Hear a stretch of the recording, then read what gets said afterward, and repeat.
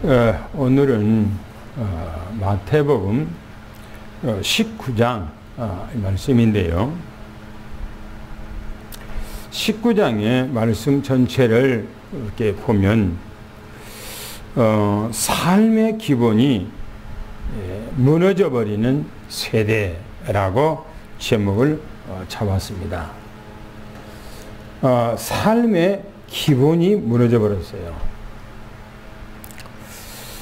이 삶의 기본이 무너진 것이 예수님 당시만 그렇게 무너진 것이 아니고 지금은 그보다도 훨씬 더합니다.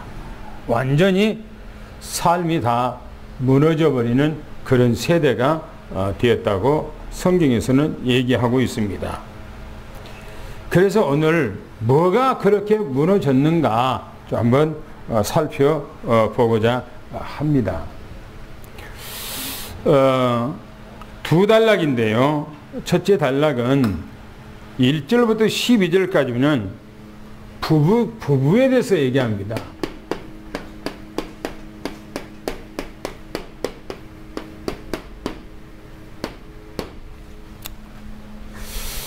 부부는 한 몸이라 그렇게 얘기하고 있어요. 우리가 한번 성경 말씀 한번 읽어볼까요? 뭐라겠는가? 1절, 2절을 한번 같이 읽어보겠습니다. 시작.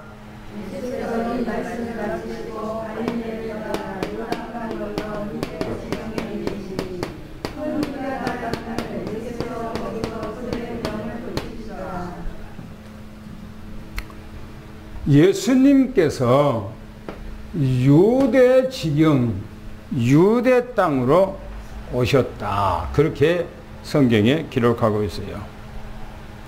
어디서 유대 지경으로 오셨다고 말하는가? 성경에서는 갈릴리에서 오셨다. 그랬어요. 갈릴리. 그런데 우리가 16장에 보면 예수님께서 가이사라 빌립보 지역에서 너희들은 나를 누구라고 하느냐? 주는 그리스도시요 살아계신 하나님의 아들입니다. 고백이 됐죠. 그리고 예수님께서 그 고백하시자마자 내가 예루살렘에 올라가면 장로들과 대제사장들과 서기관들에게 버림을 당하고 내가 죽었다가 3일 만에 살아나리라 그렇게 말씀을 최초 예수님께서 고난받고 죽으실 것, 부활하실 것을 얘기를 하셨지요. 그리고 제자들 3사람을 데리고 바로 변화산에 올라간 것이 17장입니다. 예수님께서는 변화산에 올라가서 그 광경을 보여주고 내가 살아날 때가 죽었다 살아날 때까지는 이 말을 누구에게도 이 광경을 얘기하지 마라 라고 말씀하시고 내려와서 간질하는 어린아이를 치유해 준 것에 대해서 얘기하지요. 그리고 예수님께서는 가버나움에서 갈릴리로 왔을 때에 제자들이 예수님 앞에 18절에 묻기를 천국에서는 누가 큽니까? 라고 그렇게 물었다고 그랬어요. 그러니까 예수님께서 어린아이 하나를 세워놓고 너희들이 결단코 돌이켜 어린아이들 같이 되지 않으면 천국에 들어갈 수가 없다고 그렇게 말씀하셨죠. 그리고 주님께서는 우리에게 말씀하시기를 용서와 사랑에 대해서 말씀하셨어요. 지난주 메시지가 용서와 사랑에 대해서 얘기했어요.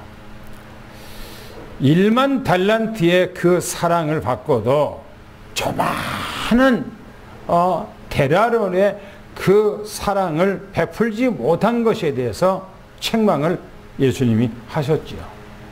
우리는 어마어마한 사랑을 받아놓고 다른 사람에게 사랑 베푸는 것을 아주 인색한 그런 모습을 우리가 보이죠.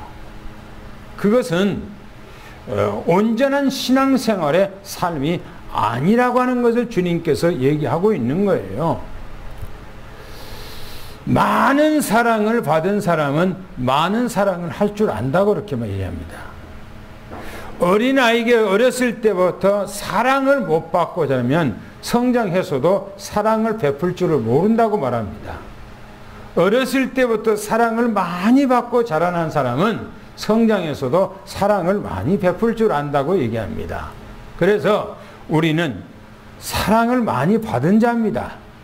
하나님의 사랑을 받을 수 없는 사랑을 받았어요. 그러면 우리는 사랑과의 관계에서 아무것도 아닌 그 사랑을 베풀 줄 아는 사랑을 해야 된다라고 하신 얘기가 바로 갈릴리에서요. 그리고 그 말씀을 하시고 예수님께서 바로 갈릴리에서 유대 지경으로 오셨다 그랬어요.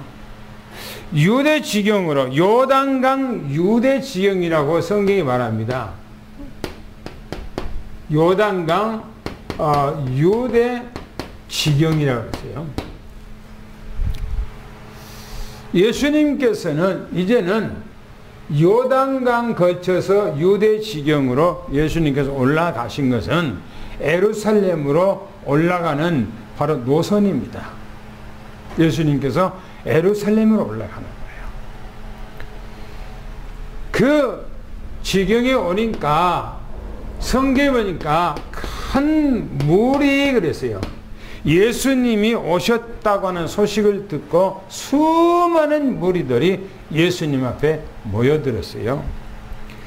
그리고 예수님을 따르는데 성경에 보니까 그 사람들에게 뭐라고 했습니까? 모든 질병을 다 치유해 줬다 그렇게 말합니다. 다 치유해 줬어요. 예수님께서는 지금 이런 가시는 곳마다 많은 사람들 치유해 주기 위해서는 하나님의 그 마음으로 자기 백성들을 치유해 주시는 그 모습을 보이죠. 창세기 3장에 인간이 다 깨져버리고 망가지고 부서져 버리는 인간들을 회복해 주시는 그런 과정을 우리에게 보여주고 있는 것입니다. 예수님께서는 지금 예루살렘으로 올라가는 지금 노선인데 그 과정인데 예수님은 예루살렘에 올라가면 마지막으로 올라가는 거예요.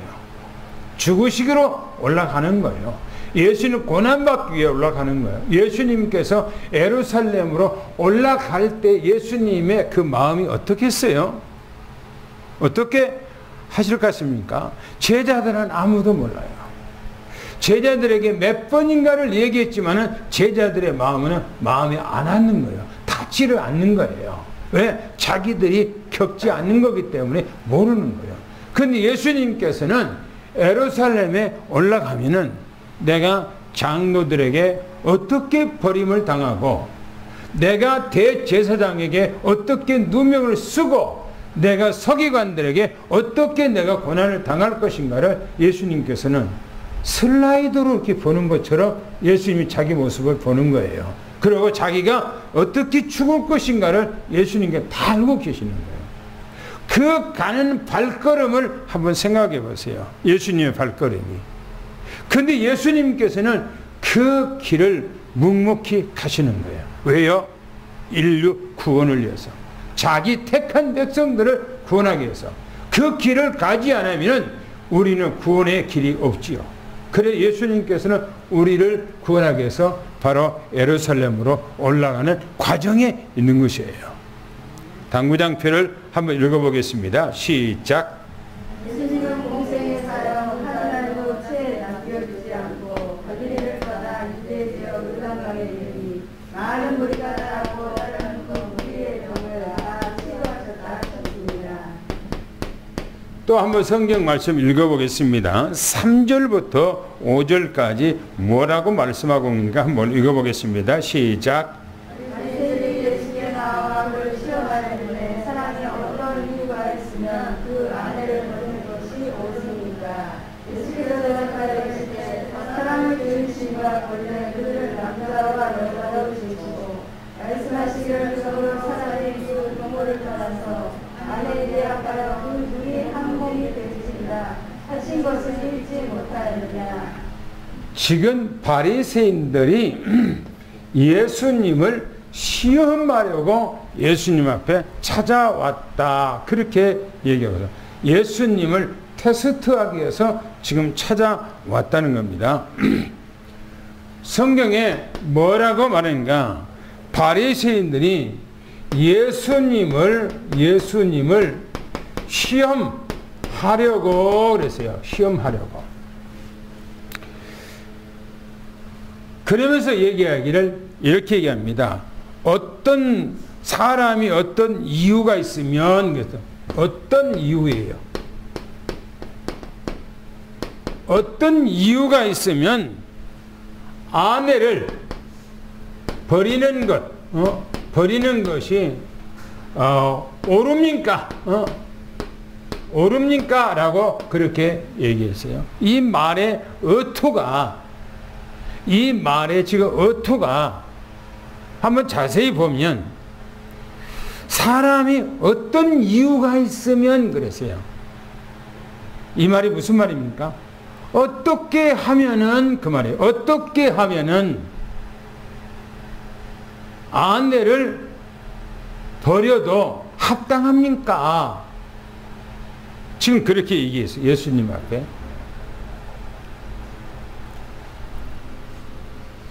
어떻게 하면은 어떤 마누라를 밖에다 그냥 내버려버린 것이 옳습니까? 라고 지금 이 바리새인들이 예수님을 시험하려고 그렇게 질문을 했다고 그렇게 말합니다. 저는 이 말씀을 보면서 유대인들이 물론 시험하기 위해서, 테스트하기 위해서 그렇게 말을 했다고 생각하지만 유대의 문화, 이 바리새의 문화, 그 당시의 문화, 마누라에게 이혼 증서를 써주고 그냥 버려버려도 괜찮다고 하는 그런 문화가 그 사이에 깔려있지 않는가 생각을 해요. 그때 예수님께서 보세요. 뭐라고 했는가? 예수님께서 말씀하시기를 뭐라고 말씀하시는가? 이렇게 얘기합니다. 사람을 지으니가 본래 남자와 여자를 창조하지 않았느냐, 그렇게 합니다. 지금 무슨 얘기입니까? 창세기 1장 26절 27절 그리고 창세기 2장 22절부터 24절까지 그 얘기를 예수님께서 하고 계신 거예요. 창세기 메시지를 하고 계시는 거예요. 사람이 그 부모를 떠나서 아내와, 다시 말하면 부인과 합하여 뭐라 그랬습니까? 둘이 하나가, 둘이 하나라는 겁니다. 하나. 하나님께서는 남자 한 사람을 창조하고 여자 한 사람을 창조해서 두 사람을 결혼으로 쩌매줬다. 그래서 그 남자는 부모를 떠나서 그 여인과 하나가 되면 그것이 한 몸이라 그래서 한 몸. 하나라는 거예요. 하나. 우리 기독교 문화가, 이 문화가 깊이 뿌리가 내려져 있어야 돼요. 이 문화가. 그런데 오늘날에는 세상 문화나 기독교 문화나 똑같아요. 차이가 없어요. 똑같아요. 세상 문화가 바로 이 문화가 깨져버리는데 교회 안에서도 이 문화가 다 깨져버리죠. 다 깨지죠. 주님께서 말하기를 한 몸이라는 거야. 한 몸. 한 몸이라는 거예요. 하나라는 거예요. 하나. 하나예요. 보세요. 내 몸을 도끼로 쪼개버리면 내가 살아요? 못 살아요? 네? 내 두 다리를 가운데로 쪽 쪼개놓으면 내가 살 수 있어요? 없어요? 못 살아요. 죽는 거예요. 보세요. 한 몸이라고 그랬지. 한 몸. 한 몸을 쪼갤 수가 없는 거예요. 쪼갤 수가. 우리가 한번 그러면 다시 한번 보기에서 당구장표를 읽고 가겠습니다. 시작. 바리새인들이 예수를 시험하려고 찾아와서 사람들이 어떤 이유가 있으면 그 안에 버리는 것이 옳습니까? 예수님께서 그들의 의심을 아시고 사람을 지으시니까 본래 남자와 여자로 지으시고 사람이 그 부부를 떠나 아내와 합하여 그 둘이 한 몸이 되었으리라 하신 말씀을 읽어보지 못하였느냐. 예수님께서 창세기 2장 22절부터 24절 말씀이에요. 그 말씀 그대로 있는 겁니다. 그 말씀을 예수님께서 가지고 나와서 그 바리새인들에게 얘기를 해준 겁니다. 그 다음에 6절을 한번 본문 말씀 6절을 가서 읽어보겠습니다. 시작.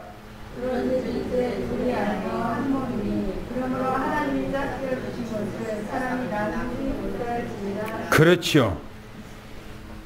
뭡니까? 이제 그랬어요. 이제. 이 이제라고 하면은 결혼이에요. 결혼. 이 결혼. 결혼을 딱 하면은 뭐요? 둘이 아니래요. 둘이 아니고 뭐라고 했어요? 한 몸이래요. 한 몸. 하나라는 거예요. 부부가 결혼을 하면은 딱 한 몸이라는 거예요. 하나예요. 하나. 몸이 하나라는 게 몸이 하나. 그러므로 뭐라고 얘기하냐면은 하나님이 짝지어 주신 거, 산 거, 사람이 나누지 못한다 그랬어요. 사람이 나누지 못한다 그랬어요. 이 말이 무슨 말입니까? 한 몸인데 이 한 몸이 됐어요. 남녀가 만나서 결혼을 했어요. 결혼을. 그러면 이제는 한 몸이 된 겁니다. 그렇게 하나님께서 짝을 지어줬다는 겁니다. 물론 교회 안에서 만나든 안 그러면 세상 밖에서 만나든 아니면 길가에 가서 만나든 하여튼 만났어요. 만나서 둘이 좋아서 결혼한 것은 하나님이 짝 지어준 거라는 거예요. 하나님이. 그러면 사람이 나누지 못한다 그 말은 절대 이혼이 허용되지 않는다 지금 그런 얘기예요. 그러면 이 말을 이혼을 한다라고 했을 때는 하나님께서 이혼시킬 때 어떻게 이혼시켜요? 한 사람을 하나님께서 죽일 때 한 사람이 죽었어. 그러면 죽음을 통해서 이혼하는 거예요. 죽음은 자꾸 이혼이니까 죽음 자체가 이혼한 거예요. 그러면 또 시집가고 또 장가갈 수가 있다고 성경에 기록하고 있어요. 결혼을 이혼을 합법적으로 하면 합법적인 것이 한 사람이 죽었을 때에 그렇게 한다고 성경에 얘기하고 있어요. 로마서에도 그렇게 로마서 7장에도 그렇게 얘기하고 있어요. 그래서 한번 봅시다. 당구장표를 한번 읽어보겠습니다. 시작. 이제 둘이 아이와 한 몸이니라. 그러므로 하나님이 짝지어 주신 것을 사람이 나누지 못할지니라. 사람이 못 나눈대요. 사람이 나눌 수가 없대요. 그런데 요즘에는 많이 나누지요. 자기 생각대로 나누죠. 생각이 틀리다고 나누고 성격이 안 맞다고 나누고 무능하다고 나누고 게으르다고 나누고 또 방향 감각이 서로가 안 맞다고 누리고 이혼하고 하여튼 이혼하는 구실도 수만 가지요. 헤어지려고 하는 방법가. 어떤 사람은 결혼하고 공항에서 가다가 이혼한 사람이 있어요. 신혼여행 가다가 이혼한 사람이 있다니까. 어떤 사람은 신혼여행 가서 둘이가 헤어져서 올 때는 비행기를 따로 타고 귀국을 하는 사람도 있고 별별 사람들. 오늘날에는 결혼보다 또 결혼하면 이혼이 더 많다네. 이혼이. 뭐죠? 오늘 질문은요. 기본의 삶이 다 망가져버리는 세대. 그래요. 기본이 망가져버려서 삶이요. 봅시다. 그 다음에 네 번째 봅시다. 7절부터 9절까지 뭐라고 말씀한 것도 읽어보겠습니다. 시작.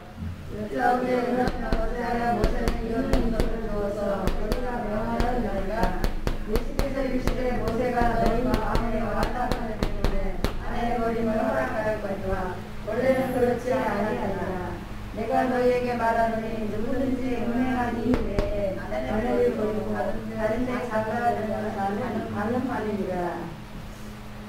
모세와 예수님과의 차이. 어떤 차이가 있는가 보세요.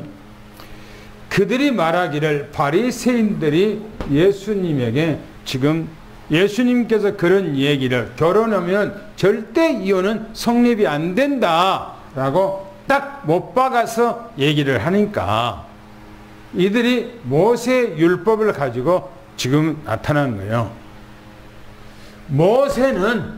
이 모세는 이혼 증서를 써서 써주고 버리라. 이혼할 증서를 써서 주고 아내를 버리라는 거야. 그렇게 했다는 거야.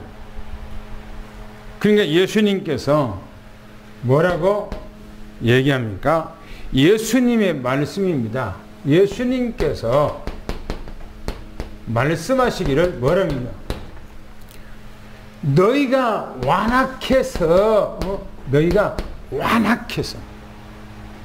연히 성경에 보면 민수기 보면 이스라엘 백성들이 광야에서요 얼마나 완악한지 몰라요. 애굽에서 끌고 나와서 그 기적을 보여주고 이적을 보여주고 능력을 보여주고 그들이 날마다 하늘에서는 구름 기둥으로 또 밤에는 불 기둥으로. 왜요? 낮에는 너무너무나 더워. 너무너무나 햇살이 따갑고 더워. 그러니까 낮에는 구름 기둥으로 서늘하게 해주고 또 밤에는 홍해 바다에서 불어오는 바람이 얼마나 추워. 그러니까 밤에는 하늘에 불 기둥을 해서 밤낮으로 지켜주며 그걸 보고 그 밑에서 은혜 안에서 생활하면서도 입으로는 막 원망불평하고 하나님 앞에. 그러니까 뭐요?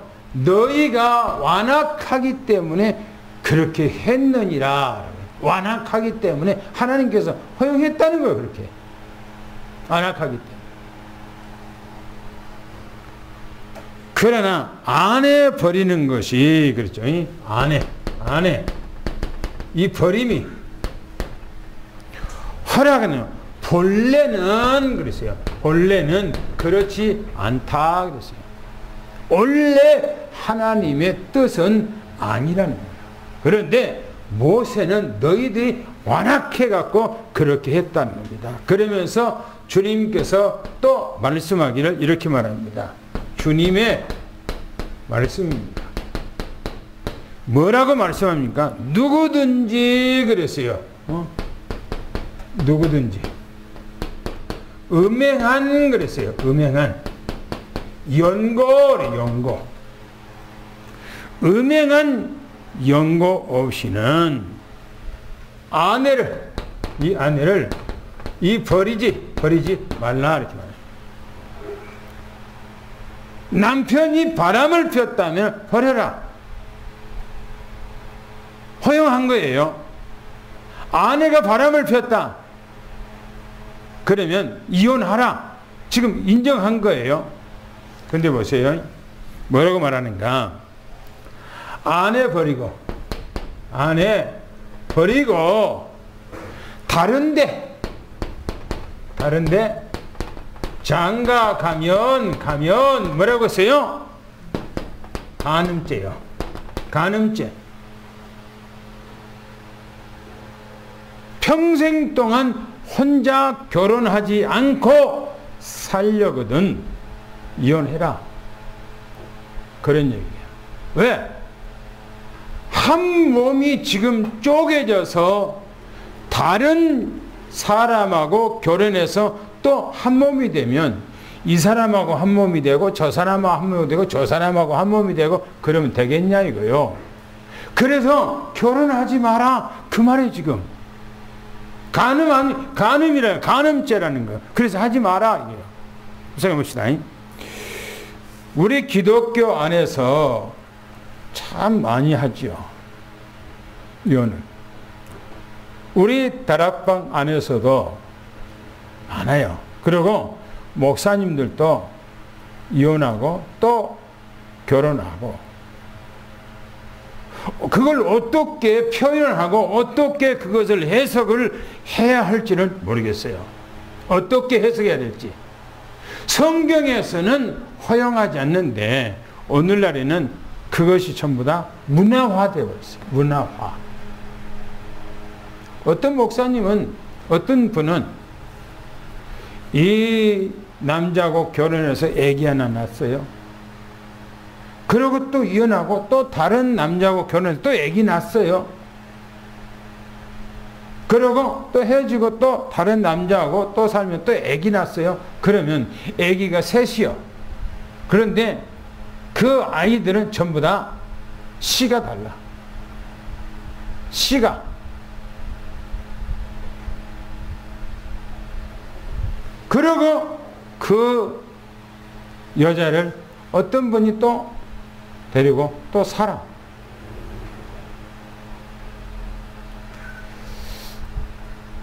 복음으로는 뭐 이해 안 되는 것이 어디가 있습니까? 복음으로는 다 이해하죠. 인간은 다 허물이 많고 인간은 오히려 창세기 3장에 있기 때문에 늘 허물을 갖고 죄짓고 살아가는 존재이기 때문에 이해하죠. 복음으로. 그러나 성경에서 봤을 때 성경적으로 입장에 봤을 때는 그것을 쉽게 납득을 할 수가 있냐는 거예요.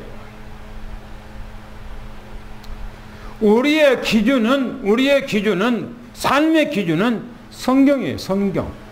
성경이 우리의 삶의 기준이 되어야 됩니다. 이게 삶의 기준이요. 우리의 삶의 교과서예요. 성경이. 그런데 성경을 접어두고 성경을 눈 감아버리고 세상 문화하고 같이 어우러서 살면은 안 된다. 그런 얘기입니다. 그러니까 김동구 목사님이 자기 딸이 결혼해갖고 아이 하나 놓고 얼마 안 있다가 그 사이가 죽었어요. 얼마나 그 딸이 가슴 아꼈어요. 이제 결혼해서 한 3년인가 살았는데 애기 하나 낳고 행복하게 살려고 했는데 그 남편이 죽었어. 너무나 가슴 아프죠. 김동구 목사님이 그 딸을 불러놓고 애야 너 이제 결혼해봤지 않느냐. 남자하고 같이 살아봤지 않느냐. 결혼하지 말고 복음을 위해서 아이 잘 키우고 혼자 살아라. 그 목사님 딸은 남편이 죽었기 때문에 얼마든지 재혼하고 결혼할 수가 있어요. 그런데 그 목사님은 결혼하지 마라. 남자하고 같이 살아보고 결혼해봤지 않느냐. 그래서 시집 안 가고 혼자 아버지와 같이 살아요.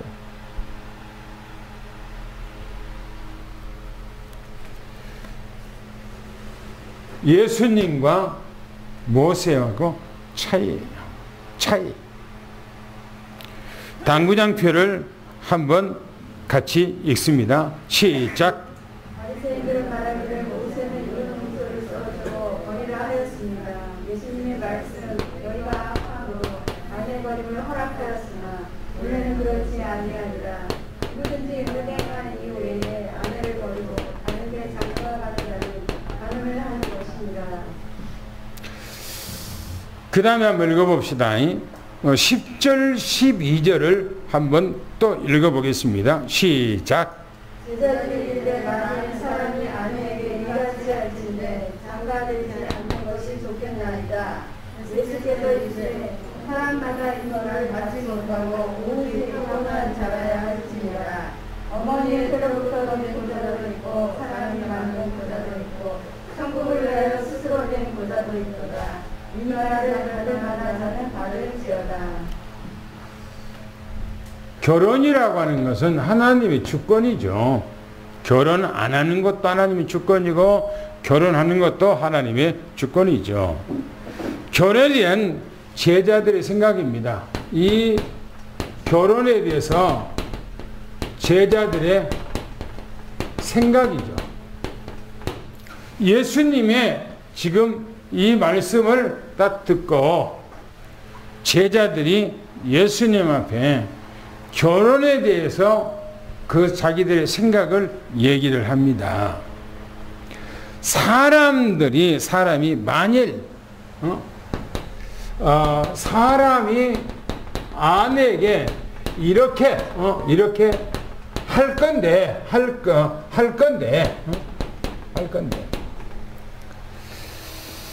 장가가지 않는 것이, 다시 말하면 결혼을 하지를 않는 것이 좋겠습니다.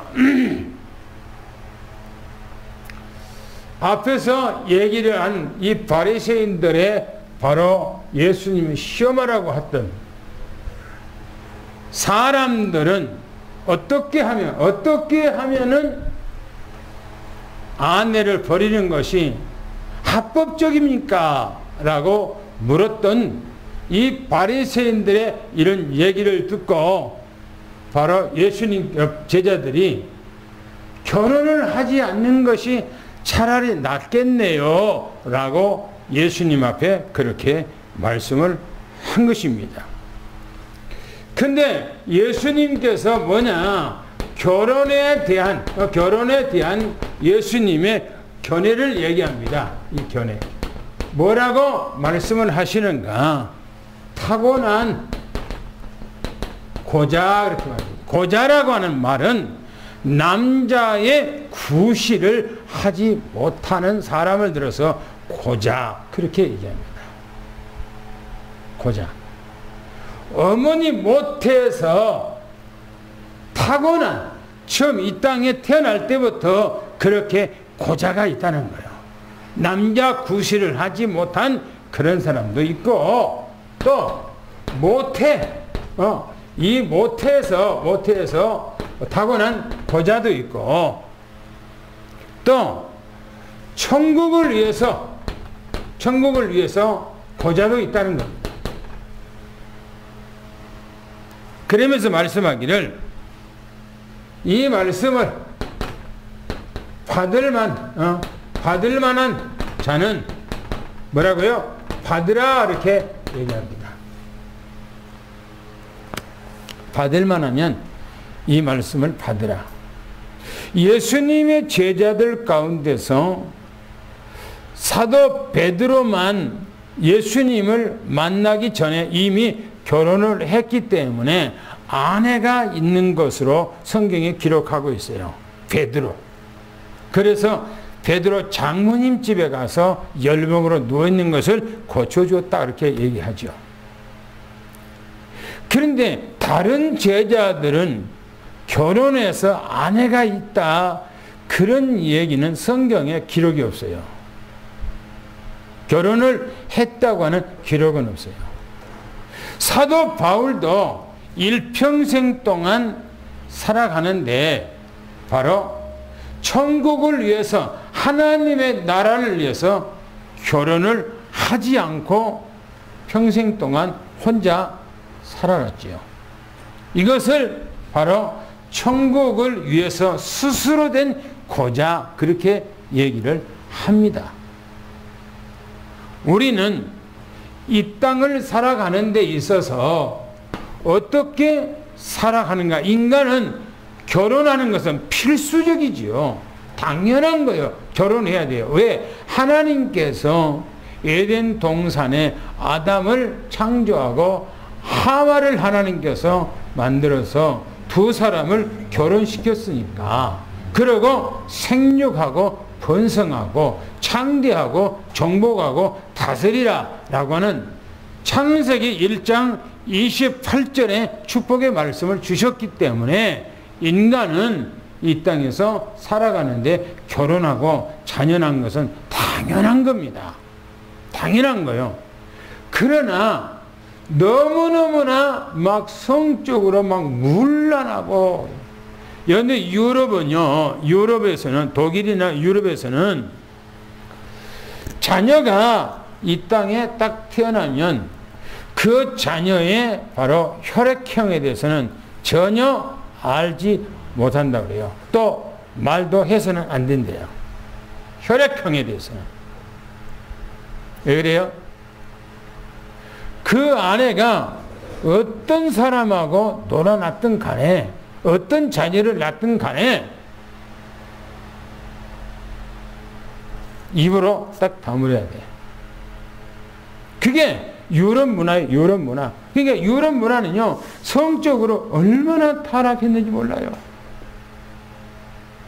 학생들이 독일 같은 데는 특별히 학비가 면제예요. 대학도 면제예요. 전부 다. 많이 한국에서도 유학을 가지요. 그래서 학생들이 교수님들에게 교수님 식사 좀 대접할게요 라고 하는 소리나, 때로는 교수가 학생한테 오늘 밥 한 그릇 같이 먹자라고 하는 그 얘기는 바로 오늘 밤에 같이 잠자리를 하자 그랬냐고 똑같대요. 문화가 그렇대요. 문화가. 그러니까 완전히 유럽에는 성에 대해서 개방돼 버리는 세상이에요. 개방. 요즘에는 그것뿐만 아니라 피어라고 그런 게, 요즘에는 남자가 남자하고 여자하고 여자하고 결혼해갖고 완전히 개박거리게 돼버리는 세상이죠. 지금 세상이.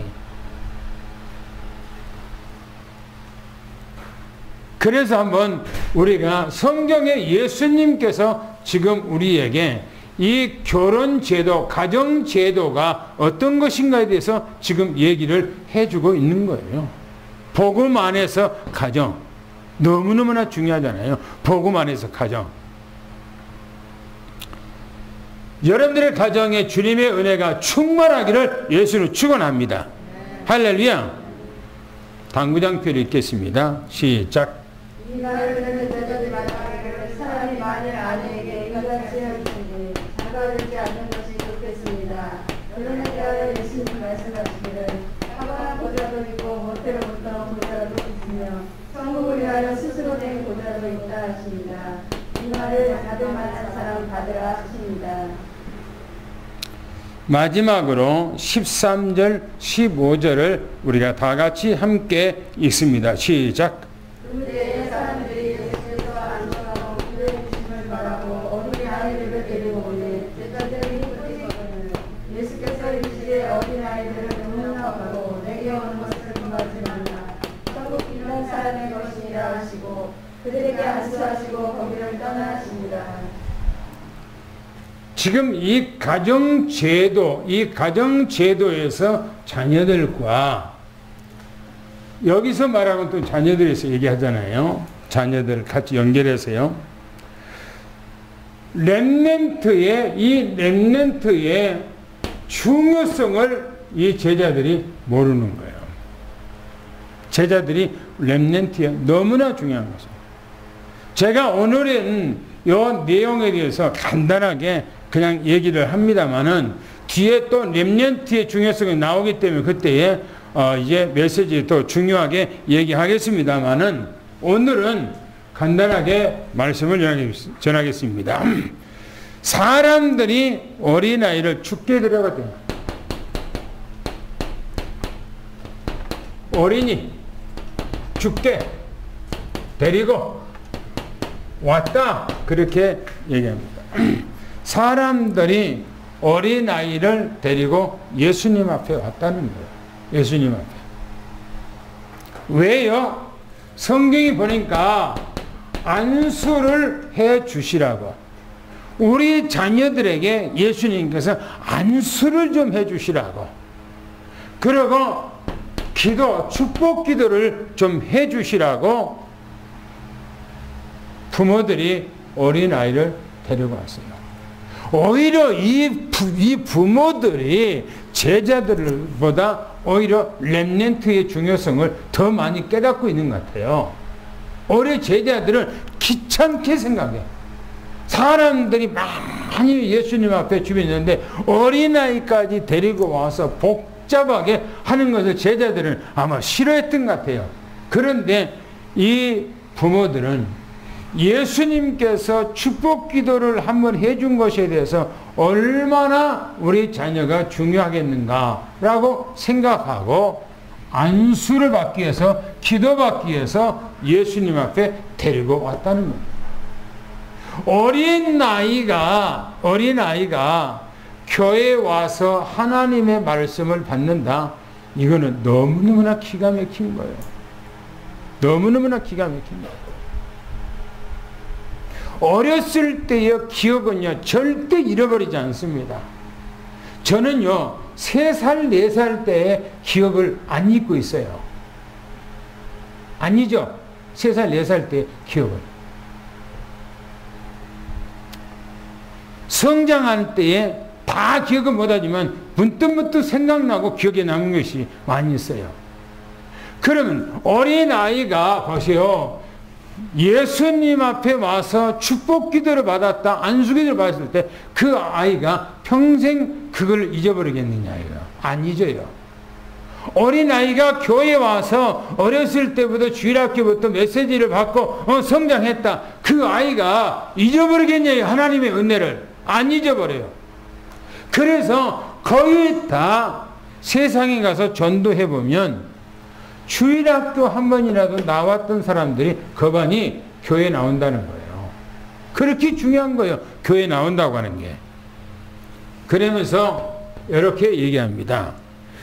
그러나 제자들은 그랬어요. 그러나 제자들은 뭐라고 그랬어요? 그들이요. 그들은 뭐요? 꾸짖음이요.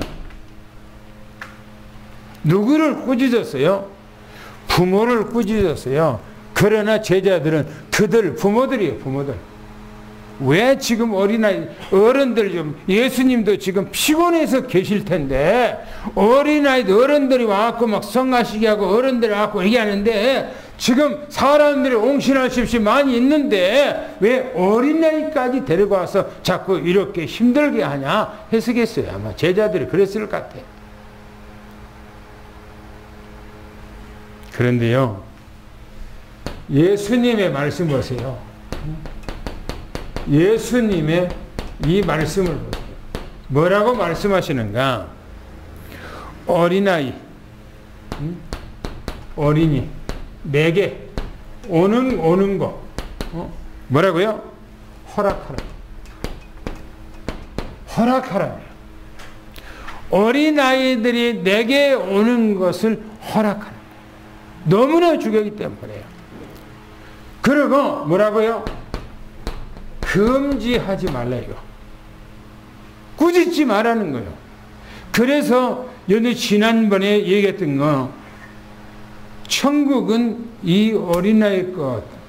그러면서 어린아이 하나 실족하면 안 된다고 주님께서 말씀하신 이유가 바로 여기 있는 거예요. 너무너무나 어린아이가 중요한 거예요.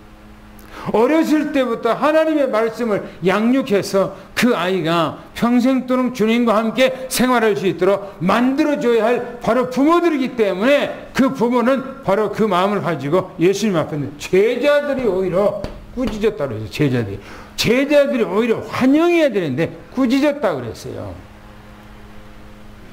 그러면서 말이요, 천국은 그랬어요, 기가 막히잖아요. 천국은 이런 어린 아이 것이라는 거예요. 천국은 어린아이 것이에요. 그러면 예수 안 믿고 그냥 천국 간단 말입니까? 어린아이가 되면 아니죠. 그런 말이 아니죠.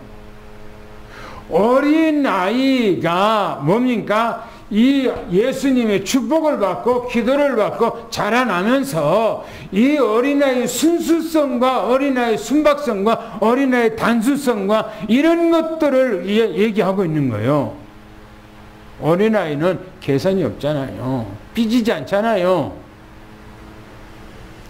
그러면서 예수님께서 말씀하시기를 어린아이에게 뭐라고요? 안수하시고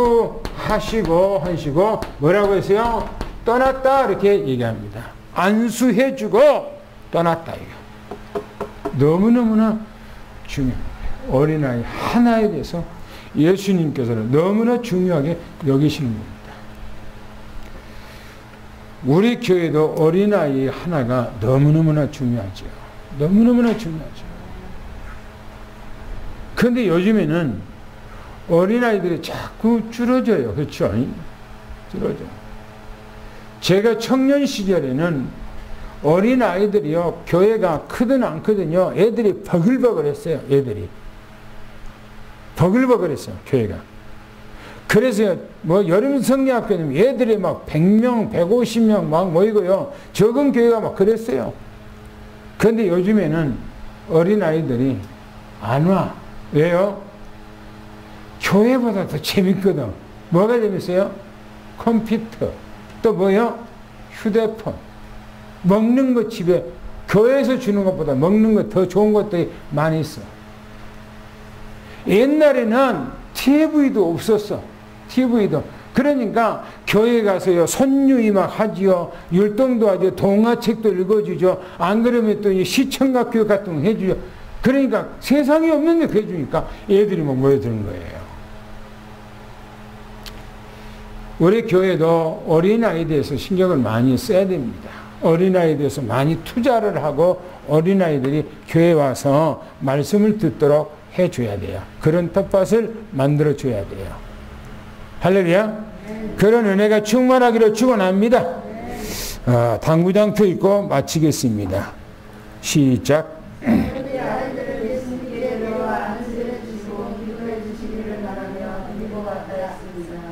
그러나 제자들은 그들을 꾸짖어 허락하지 않으나 예수님께서 어린아이들이 내게 오는 걸 허락하고 흥하지 말라. 천국은 이런 자들의 것이니라. 주께서 그들에게 안수하시고 그들에게서 떠나셨다 하셨습니다. 아멘. 하나님 감사합니다. 오늘날에나 바로 예수님 시대나 삶의 기본이 다 무너져버린 시대에 우리는 성경으로 돌아가서 성경적 그런 삶을 살아가기를 원합니다. 우리가 예수님의 공생의 기간 동안에 이 땅에 오셔서 천국 복음을 전거했는데 그 천국 복음이 우리 삶 속에 그대로 녹아지게 하시고 그 말씀 그대로 우리가 인도받고 살아가 하나님의 최고의 응답받는 삶 되게 하시고 우리 장로님들, 우리 권사님들, 우리 집사님들, 우리 후대 렘넌트들 한 사람에 이르기까지 하나님께서 정말 천국의 그 힘을 얻고 또 보좌의 축복과 시공간을 초월하는 하나님의 은혜가 모든 삶 속에 미치지 아니한 것 없도록 하나님이 은혜를 베풀어 주시옵소서. 우리 주 예수 그리스도 이름으로 간절히 기도하며 축복하옵나이다. 아멘.